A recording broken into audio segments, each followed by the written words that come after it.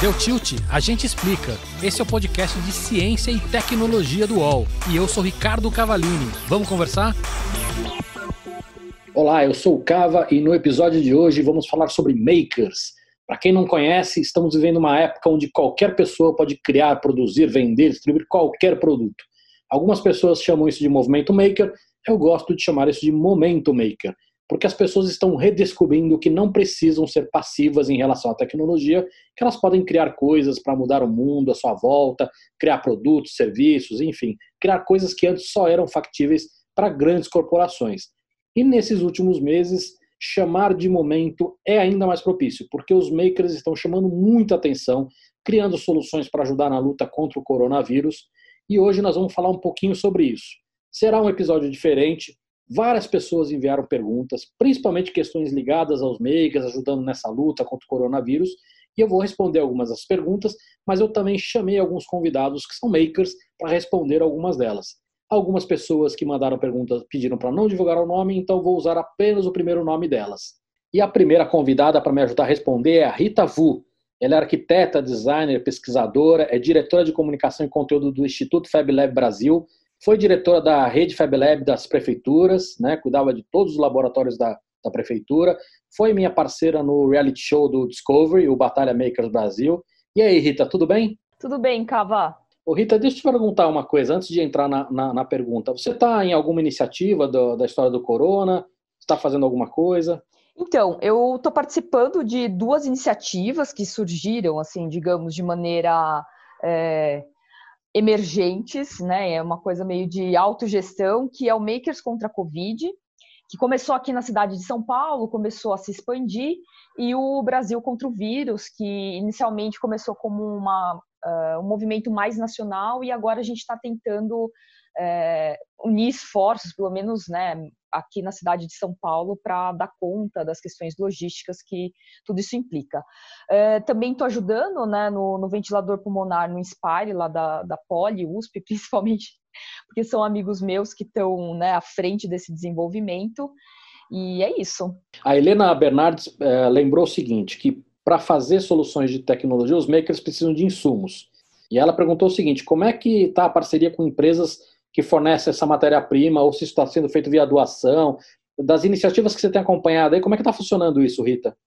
Não, super legal a pergunta, até porque essa questão dos insumos é o nosso principal gargalo, né? Não só agora, em relação à falta do fornecimento de matéria-primas, primeiro porque boa parte das indústrias elas tiveram que parar, outra porque a gente não tem mais importação, e boa parte do que a gente consome, principalmente de componentes e algumas outras matérias-primas, elas são importadas. Então, acaba sendo um gargalo muito grande, e inclusive nos projetos makers, né? Porque geralmente a gente acaba não produzindo toda a matéria-prima que a gente consome. Então, sim, está faltando, está sendo complicado, acho que tem agora uma organização para a produção disso, porque, por exemplo, por mais que o Brasil seja um dos maiores produtores de TNT do mundo, e a gente tem uma produção de tecido muito grande, a gente não produz exatamente o TNT com a gramatura correta para ter a filtração necessária para, né, enfim, barrar o vírus e ter respirabilidade também confortável. Então, a gente acaba enfrentando esses problemas de falta dos insumos. Quando a indústria tem, enfim, mesmo que tenha parado a produção, mas ainda tem estoque, tem muita gente doando, isso que está sendo muito legal. Por exemplo, a gente está com uma parceria com a Speedo, que está doando aqueles elásticos de silicone que são usados nos óculos de natação, que são muito mais fáceis de serem higienizados do que, por exemplo, um elástico de tecido, né? Então, isso eles começaram doando, depois agora eles estão vendendo a preço de custo, então está tendo uma movimentação, sim, acho que tem muita gente querendo ajudar, e também tem muitas empresas que estão vendendo a preço de custo. Nem toda a matéria-prima a gente está conseguindo encontrar, então ainda a gente enfrenta problemas, mas sempre que pode, acho que está tendo realmente uma solidariedade grande e está todo mundo tentando ajudar como pode. Eu tenho visto isso também, acho que agora essa questão dos insumos é um dos motivos pelo qual eu tenho falado que os governos, aí não importa se eu estou falando de federal, estadual, municipal, deveriam organizar essas iniciativas, porque eles sim teriam capacidade de fazer essas pontes todas com muito mais facilidade e de uma maneira mais organizada. Mas enquanto esses caras não entram, está todo mundo fazendo isso, se organizando para isso, né? Como pode. E uma coisa que o governo é fundamental, justamente porque as indústrias que não são aquelas que são enxergadas como essenciais e que não podem parar, boa parte das indústrias tiveram que, né, fechar totalmente, não ter produção.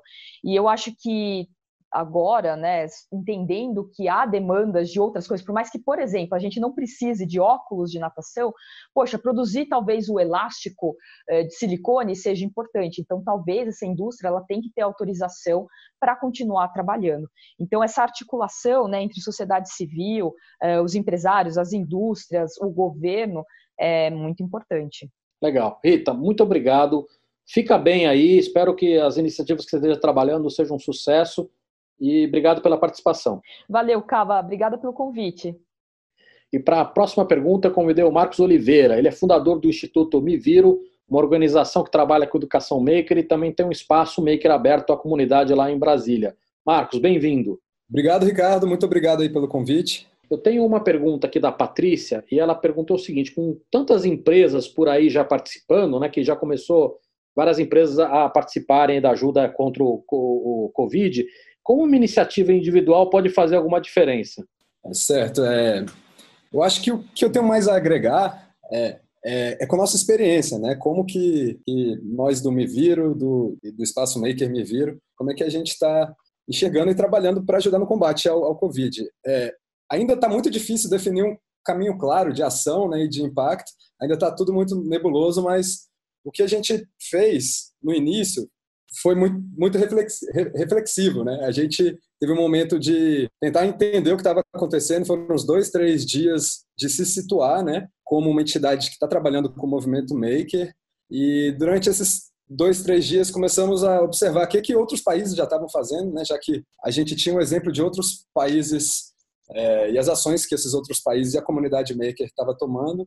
E eu acho que depois desses 2, 3 dias, o que a gente tentou definir, né, como plano de ação é desenvolver algo com o objetivo de atender uma demanda muito urgente que estava vindo já dos profissionais de saúde.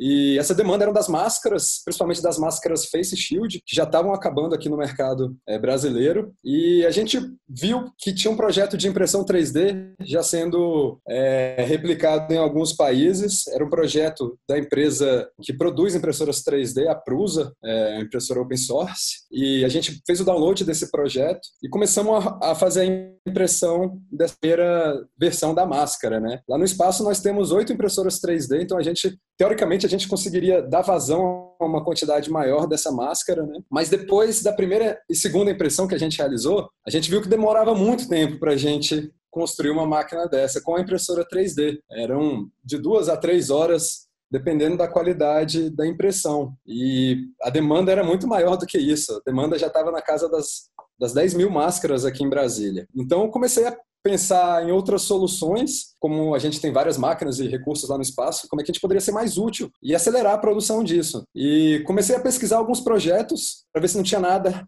feito na cortadora laser.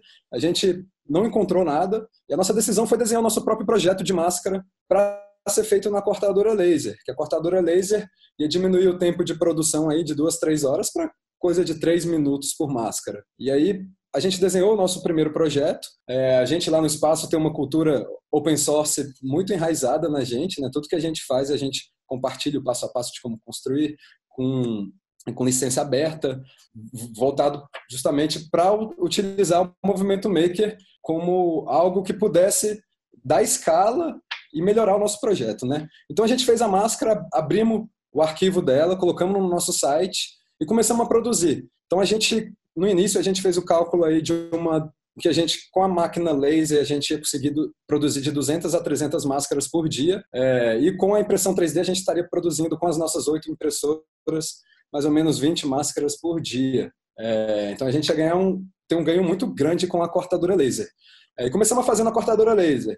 Só que mesmo assim a gente ainda não estava conseguindo atender a demanda. Então assim, a gente teve que pensar ainda em outras soluções onde é que a gente pudesse acelerar a produção dessa máscara, né, para atender ainda mais a demanda. E a gente deu um passo atrás em termos de tecnologia. Então, a gente buscou uma solução nas gráficas, que utiliza uma faca de corte. Então, ao invés de usar a cortadora a laser para fazer os cortes das máscaras, a gente começou a usar a faca de corte de gráfica.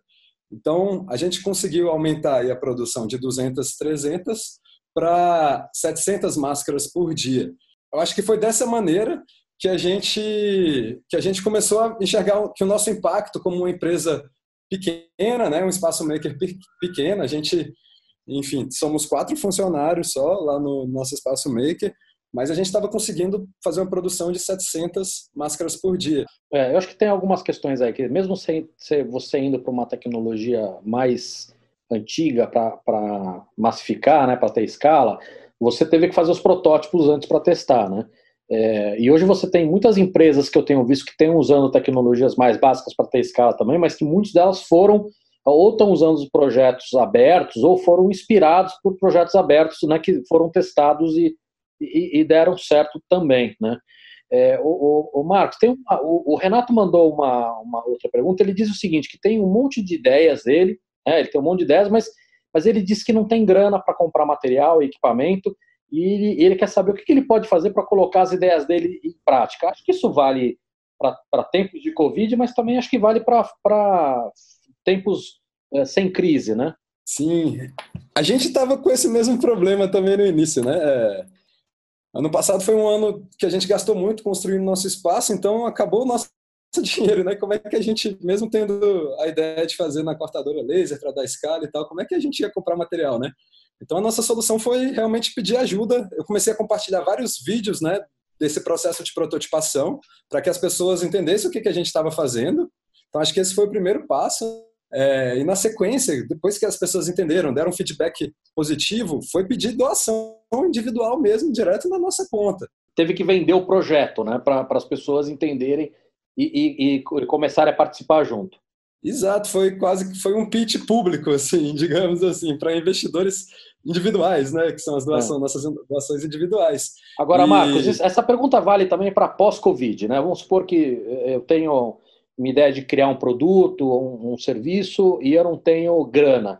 Aí, espaços como o teu podem colaborar muito para isso acontecer, não? O Espaço Maker, né, e os espaços makers, eles são uma plataforma muito potente de prototipação, né, de criação, de desenvolvimento, de pesquisa. Então, o espaço é um espaço que oferece essas possibilidades. Então, acho que a gente vai continuar nessa linha de estar tentando trazer algum tipo de impacto social mesmo, né, mas como plataforma de criação de soluções, de prototipação de soluções.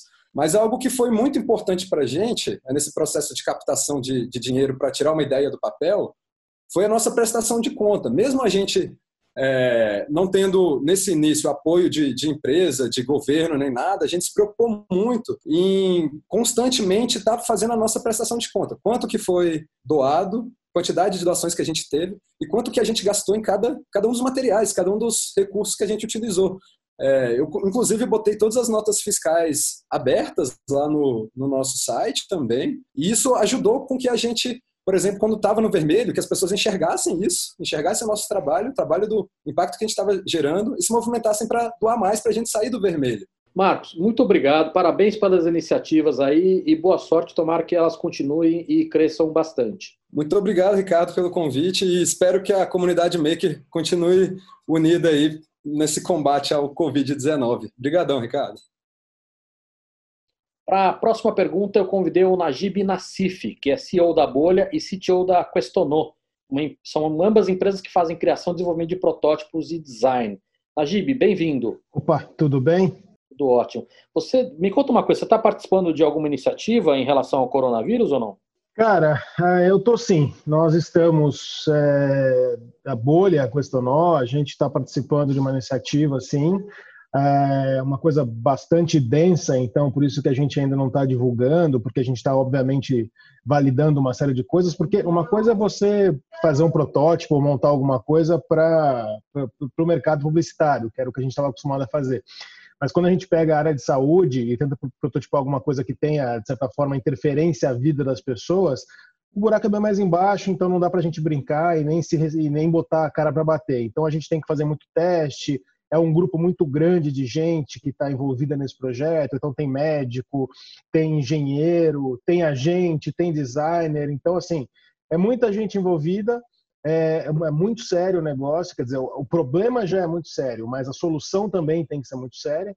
Então a gente está tendo um respaldo aí de muita gente, mas a gente está caminhando. Eu acho que em breve a gente talvez tenha aí uma positiva para a gente começar a falar em mais detalhes sobre esse assunto. Legal. Eu recebi algumas perguntas aqui e tem uma pergunta da Paula. Ela perguntou o seguinte: se essas iniciativas dos makers para ajudar na luta contra o coronavírus são realmente úteis? Olha, bom, eu estou aprendendo bastante, né, nessa fase com esses projetos todos. Eu acho que elas são úteis, sempre são úteis, né? Eu acho que de uma forma ou de outra ela tem utilidade. Agora, eu estou vendo muita iniciativa que, pelo respaldo que eu estou tendo médico, clínico, sobre o assunto em si, são iniciativas que são louváveis, só que elas não são de uso prático. Então, eu vejo muita gente aí fazendo algumas coisas que tem mais interferência à vida das pessoas, né? Que é uma coisa para respirador, etc. E eu vejo uma grande dificuldade pelo respaldo que eu estou tendo clínico sobre a história. Então, assim, eu acho que talvez os projetos finais eles acabam não vingando, porque existe uma série de barreiras e um certo risco para você fazer um device que seja open source, alguma coisa que seja aberta, que envolva a vida das pessoas. Então, assim, essas iniciativas como as máscaras, por exemplo, do pessoal da Prusa, isso eu acho super bacana. Inclusive, um pessoal aqui, então eu acabei vendo bastante coisa aqui, gente que também derivou um pouco esse projeto da Prusa e acabou fazendo uma série de coisas, sejam elas usando fabricação digital, ou sejam elas usando a criatividade, tem coisas muito bacanas, mas sim, eu acho que é muito válido. A gente está, na verdade, passando por uma situação onde toda ajuda é super válida. Eu só discordo de você na história de open source. Acho que são duas coisas independentes, né? Acho que tem que ter uma preocupação, sim, de testar, de ver a necessidade real e tudo mais. Agora, isso não inviabiliza ser open source ou não. A gente tem situações no mundo aí que usam produtos de código aberto, tanto hardware quanto software, que são bastante complexos. Deixa eu só fazer até pelo fato de ser open source, acho que ajuda muito a melhoria. Só fazer uma correção no que eu falei. Quando eu disse open source, eu pensei basicamente na fabricação por qualquer um e não na licença para qualquer um fabricar. Então, só para me corrigir, eu acredito no open source sim, só que não é um produto que qualquer um fabrica. Você precisa ter uma certa criticidade, você precisa ter uma certa regulamentação para fabricar isso. Então, a nossa iniciativa, a gente está tentando dar uma cara open source para ela, mas ela não vai poder ser fabricada por qualquer um, entendeu? Agora, Najib, eu queria um pouquinho mais para a indústria, tá? Então, o Ricardo, que é meu xará, perguntou o seguinte: como os produtos que são criados ou adaptados por makers podem ser fabricados pelas indústrias?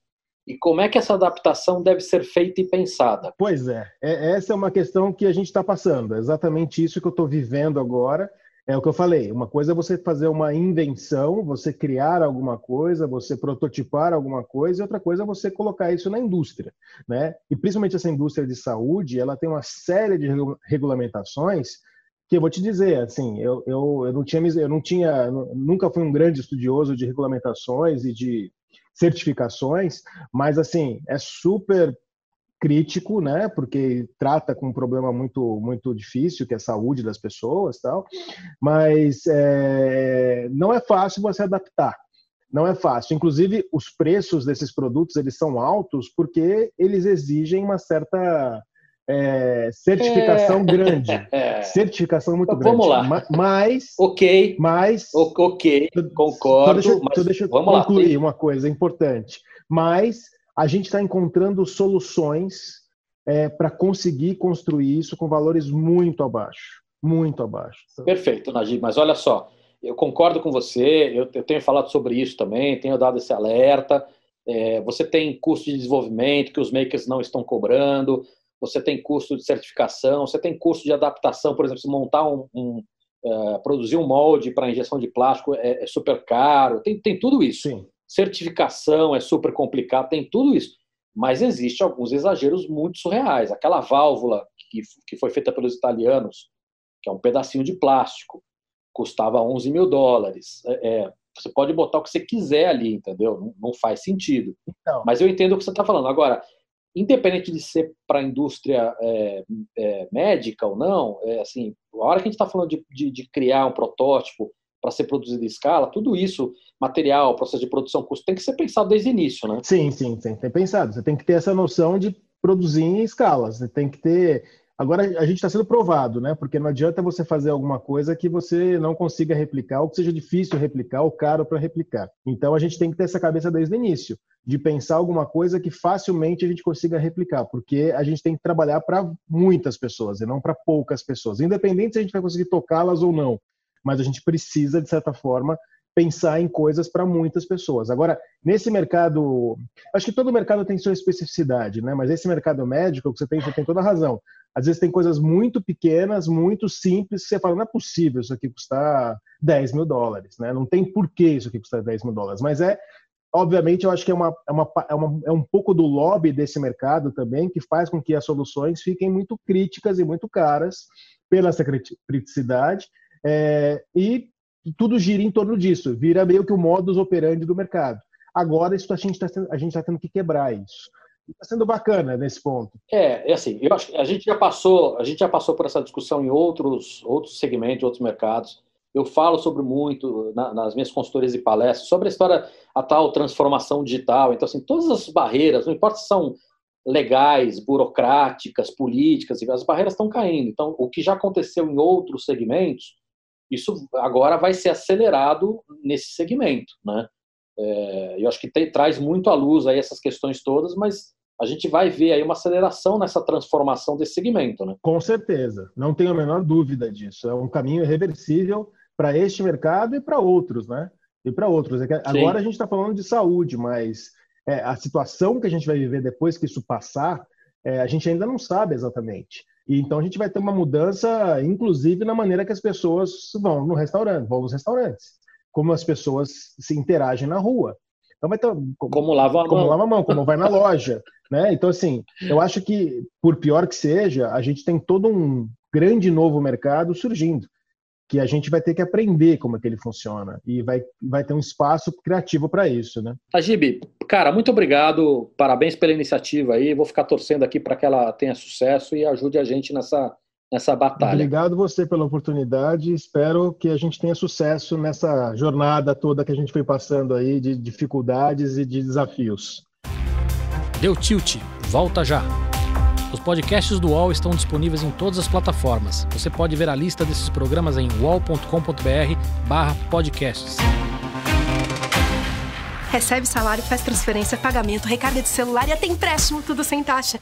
PagBank, a sua conta grátis do PagSeguro. Baixe já o app e abra sua conta em 3 minutos.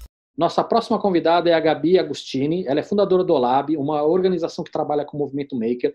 Foi uma das primeiras a implementar espaço desse tipo no Brasil. É também apresentadora do programa Conexão Maker no canal Futura, que eu participei de um dos episódios. Gabi, bem-vinda. Tudo bem? Obrigada, Cava, pelo convite. Um prazer estar aqui com você. O prazer é meu. Gabi, você tem participado de alguma iniciativa em relação ao coronavírus ou não? Olha, várias, viu? Desde que começou essa história, muita coisa aconteceu, né? Assim, acho que primeiro a gente ali no Olab, eu particularmente, sendo chamada para tentar pensar coisa, conectar ponta, entender como é que lidava com problemas de emergência das naturezas mais diversas.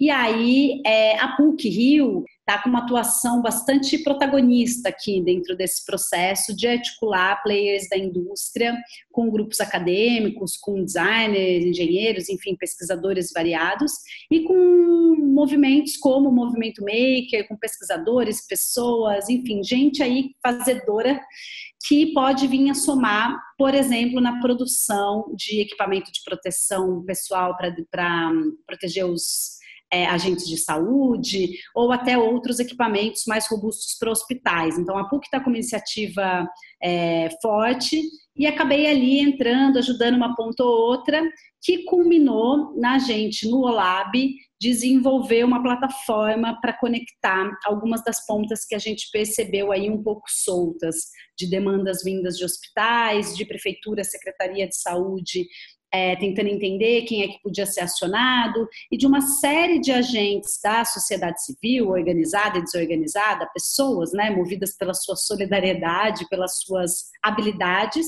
que começaram a se colocar a serviço mesmo e construir iniciativas próprias, sejam esse tanto de ações ligadas à produção de face shields, que são esses protetores faciais para os médicos e enfermeiros, as manutenções de ventiladores e respiradores em hospitais, a produção de projetos em protocolos abertos que podem suprir a falta de coisas que estão tentando ser importadas e não se conseguem, produção de capote e outros aventais e, enfim, outros equipamentos aí para os hospitais que estão faltando pesadamente, e até juntando mesmo quem quer doar e às vezes não sabe para que iniciativa, onde está faltando mais. Isso tudo foi resultado de muita demanda mesmo que chegou no nosso colo e que a gente foi na mão jogando para as outras pessoas, até que a gente sentiu falta de ter isso um pouco mais visível, né, numa plataforma não organizado e nem centralizado, porque acho que a natureza desse tipo de resposta à crise é descentralizada mesmo, mas de repente dar uma organizada nos contatos, sabe? E fazer algumas conexões entre as pessoas. Então a gente lança essa plataforma provavelmente semana que vem, chama Protege BR, e a ideia é se propor a fazer aquilo que a gente no OLAB tem feito de melhor ao longo desses anos, que é conectar as pontas, assim, sabe? Tentando dar protagonismo e dar visibilidade para os makers, para as ações, para quem está fazendo mesmo e desenvolvendo, para que a gente possa chegar mais rápido, né? Porque a situação está crítica. Sim.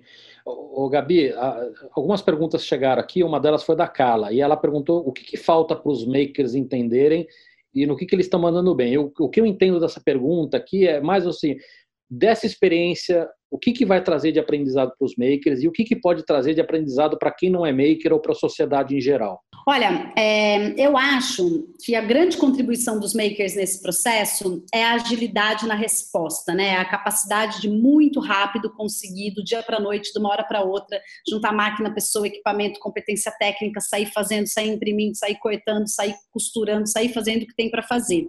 Isso tem um valor enorme, principalmente num contexto de crise como esse. Eu acho que talvez a gente precisasse de um contexto tão de crise extrema como esse para entender a importância desse tipo de mentalidade. Então eu acho que isso é louvável e traz coisas incríveis. Por outro lado, acho que onde ela diz o que pode aprender, né? Acho que às vezes falta um tanto de estratégia, um tanto de olhar processual, sabe? Que às vezes respira, calma e pensa, mas para onde isso vai? Será que eu preciso fazer esse tanto de unidades? Para quem? De que forma? Será que essa é a válvula que eu devo imprimir? Isso é usado no Brasil? Eu recebi esse e-mail? Será que isso procede aqui? Com quem que eu vou falar sobre isso? Então, acho que a gente tem vivido, usando esse processo da pandemia como exemplificação, mas acho que isso já é próprio, né, das redes makers e de fazedores, uma certa dificuldade mesmo em, às vezes, entender que os processos, embora sejam engessados e às vezes dificultam muito a vida, eles têm uma natureza de ser e que a gente tem que achar um meio do caminho, né, entre esses lugares, porque senão a gente corre o risco de desperdiçar um potencial muito grande. Então, no caso da história da pandemia, por exemplo, tem muito protocolo aberto, muita coisa que chega no e-mail e que se você não checar com uma unidade de saúde local, se você não entender com quem vai usar aquilo na ponta, aquilo não vai fazer sentido, tipo uma válvula que de repente não condiz com o aparelho que é usado no seu país, no seu bairro, na sua cidade. Então, essas coisas elas precisam ser melhor avaliadas, assim, sabe? E que não são incompatíveis, né? Mesmo dentro da metodologia ágil, você tem muito essa história de foco no cliente, de entender realmente a necessidade, enfim. Exatamente, assim. Não são coisas incompatíveis. Acho zero incompatível, mas acho que é comum a gente ver em comunidades maker um pouco esse lugar dessa certa, do sair fazendo mesmo, sabe? Recebe o e-mail e já fala, vamos amanhã, vamos juntar, vamos fazer. E eu acho isso bonito, eu acho que isso responde muita coisa, mas acho que onde falta um pouco de aprimorar é nesse lugar mesmo. Eu tenho uma outra pergunta, Gabi, da Valéria Brandini. Ela perguntou o seguinte: se você acha que a quarentena faz com que os makers possam revelar para muita gente que não conhece a cultura maker essa inventividade, esse se vira nos 30, né, esse fazer do ordinário o extraordinário, enfim. Eu acho que é um momento também bom para isso, não? Eu acho, com certeza. Acho que as pessoas estão descobrindo isso, né? Eu acho que é uma comunidade de nicho que só quem estava mais próximo sabia que existia e muitas vezes se questionava na importância, falava, mas para que esses meninos estão fazendo essas coisas? Estão imprimindo o quê? Para quê? De que forma? E, de repente, tudo se conectou a ponto de mostrar utilidade e importância extrema, né? Então, acho que esse processo, sem dúvida, coloca luz e traz holofote para comunidades, para pessoas, para processos, para formas de fazer que não estavam tão no radar. E, inclusive, para a própria indústria, porque o que eu acho que tem acontecido de mais bonito nisso são as universidades, as indústrias, o governo, players mais tradicionais que olham para a produção de produtos de uma maneira mais centralizada e vertical e proprietária, de repente abrindo seus processos, criando parcerias, falando, olha, a minha infraestrutura está à disposição, eu não produzo isso, como eu posso produzir outra coisa? Cadê o arquivo para eu replicar? Como é que eu dialogo com alguém que fez isso?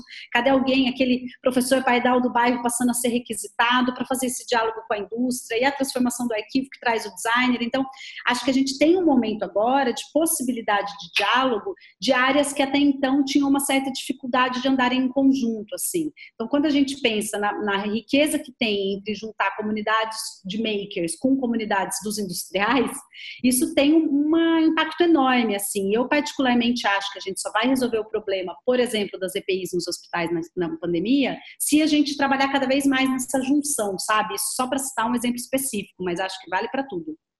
A gente tem, eu concordo, a gente tem trabalhado tanto tempo nisso, né, Gabi? Então, acho que está demorando para muita gente perceber. Gabi, super obrigado, boa sorte no mestrado, parabéns pelas iniciativas. Obrigada. E é isso. Obrigada por tudo. É isso. Eu quero olhar um pouquinho mais para frente, até pós-corona, né, quando essa crise acabar, a gente não sabe quando, mas em algum momento ela vai acabar. E para isso eu chamei o Edson Pavone. O Edson é artista, é tecnologista, já expôs suas instalações na China, em Dubai, Portugal. Ele é cofundador de várias empresas de tecnologia, entre elas a Aura, que usa a impressão 3D para transformar histórias de amor em joias. Edson, bem-vindo. Opa, obrigado, Cavo. Prazer estar aqui contigo. Tudo ótimo, na medida do possível, tudo ótimo aqui. Maravilha. Eu tenho algumas perguntas aqui, queria te fazer uma, e quem mandou foi o Luciano Sigoli. Ele perguntou o seguinte: se eu acredito que depois do isolamento as pessoas vão pensar em reutilizar mais as coisas que tem em casa, ou seja, hackear, transformar, ou criar coisas novas ou novas utilidades.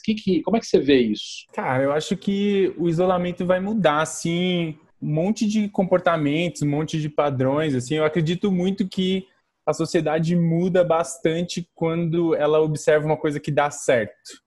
E eu acho que a gente está sendo obrigado a reutilizar os materiais, né? Sei lá, só dá um Google aí em máscaras criativas para coronavírus e daí você vai ver desde absorvente até garrafa PET sendo usada como máscara. Então, quer dizer, tem um universo, vamos dizer assim, de limitação que faz a gente ressignificar objetos, e eu acho que isso é uma coisa que a gente vai fazer um pouco mais, mas eu não acredito que vai ser muito mais. O que eu acredito que vai ser mais profundo, assim, nesse movimento de mudança, essa conexão social, assim, que a gente está vendo que está dando certo. Quer dizer, é mais fácil, a gente está sentindo que está mais fácil ficar perto, certo? Porque a gente não pode ficar perto fisicamente, mas a gente está super conectado com todo mundo, o tempo todo conversando com todo mundo. Eu acho que a gente está entendendo que estar conectado é mais amplo. E as ferramentas digitais nos ajudam bastante nisso. Então, eu sinto que essa distância para estar conectado vai diminuir. Isso, sim, é uma coisa que eu acho que vai mesmo mudar bastante depois do isolamento acabar. Legal. E a Júlia mandou uma pergunta dizendo assim: o que vai ficar de inovação? Quais os novos caminhos que estão de fato se estabelecendo nessa história? Cara, eu sou bem otimista, né, cara? Eu sou um artista sonhador. Então, Eu fico com a sensação de que uma das coisas que a gente mais está olhando, assim, como sociedade, é nos sistemas de saúde, certo? E daí os sistemas de saúde, eles são super fechados e lentos, então eu fico com a sensação de que tem uma inovação acontecendo em como cuida da saúde de muita gente ao mesmo tempo. Então, nos Estados Unidos, né, teve uma grande abertura, tem uma agilidade maior nas aprovações das coisas. Não é só mais um órgão que pode fazer um determinado teste, está mais aberto. E eu acho que essa abertura, que já aconteceu em tantas outras indústrias, né, está acontecendo no mundo inteiro, chegou para os sistemas de saúde. E eu acho que isso, sim, talvez seja uma inovação que fique e que ajude a sociedade no planeta em si como um todo. Eu acredito que tem também uma coisa que vai ficar, que é esse sentimento que a gente está tendo de que tudo pode mudar. Porque tinha coisas que a gente falava, não, isso daqui não dá para mudar. Tudo era muito difícil de mudar, muita coisa imutável no mundo. E agora a gente está olhando assim, tá, não teve poluição durante um tempo na China, sabe? Tem muita coisa no mundo que a gente achava que era impossível de acontecer e por causa dessa pandemia aconteceu. Então, acho que talvez essa nova geração vai olhar para esses assuntos, como, sei lá, a nossa matriz energética, de um jeito mais otimista, assim, sabendo que, sim, dá para mudar tudo se a gente entender que fudeu. Eu acho que tem desde as coisas básicas, né? Por exemplo, você comentou do Brasil, acho que telemedicina é uma coisa que ainda tinha uma certa resistência, uma certa trava, eu acho que vai destravar, né? E para um país do tamanho do Brasil e toda a complexidade que a gente tem de distribuição e tudo mais, acho que é muito relevante. Muito relevante. Eu concordo demais, porque eu mesmo estou vendo isso agora, né? Eu tenho que me consultar com um médico ortopedista uma vez por semana, e daí eu faço a minha consulta em casa e fico pensando, cara, a gente mesmo conversa, fala assim, é exatamente a mesma, muito melhor. O alcance que isso pode ter, né, e como a gente pode fazer com que a gente transite mais médicos e pacientes entre as bordas, eu acho que realmente é um ponto bem importante que provavelmente vai mudar de verdade. Eu acho que também, do ponto de vista startup, né, quer dizer, não só a história de telemedicina, que